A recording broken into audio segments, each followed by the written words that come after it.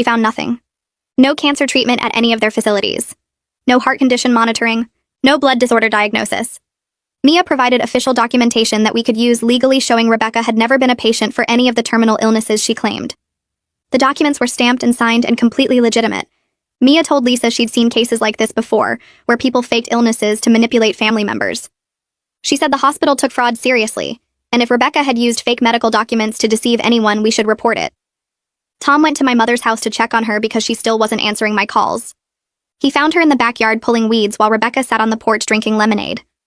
Tom said my mother looked thin and tired, but she smiled when she saw him. He tried to ask how she was doing, but Rebecca interrupted constantly. Every time Tom mentioned me, Rebecca would say something about her health or her stress levels. My mother seemed completely under Rebecca's spell. She kept talking about making every moment count because Rebecca didn't have much time left. She said Rebecca needed her full attention and support. Howard stood in the doorway looking uncomfortable, but he didn't contradict anything Rebecca said. Tom tried 3 times to ask questions about Rebecca's diagnosis or treatment plan. Each time, both my mother and Howard shut him down immediately. My mother said it was private. Howard said it wasn't his place to share. Rebecca just smiled and changed the subject. Tom left feeling worse than when he arrived. I drove to my mother's house the next morning. I knocked on the door and waited. Rebecca answered wearing one of my mother's robes. She looked at me like I was a stranger trying to sell something. I asked if my mother was home. Rebecca clutched her chest and leaned against the door frame.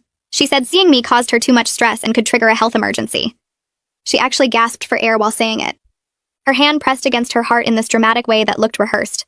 I realized right then that I was watching a performance she'd done many times before. The fake illness, the dramatic symptoms, the convenient timing. Rebecca had practiced this routine until it looked natural. Howard appeared behind Rebecca looking guilty but saying nothing. I asked to speak with my mother directly. Howard stepped forward, blocking the doorway completely. He said my mother was resting and couldn't be disturbed. I tried to push past him, but he held firm. Rebecca watched with this slight smile that made my stomach turn. She wasn't sick. She wasn't dying. She was enjoying this. Howard closed the door in my face while Rebecca's smile got wider. I stood on the porch for 10 minutes hoping my mother would come out. She never did. Diane and I met with Abigail again at her office to discuss legal options. We brought everything we'd gathered over the past 2 weeks. The hospital records, the inconsistent illness stories, Tom's reports about my mother's behavior, the documentation from Mia.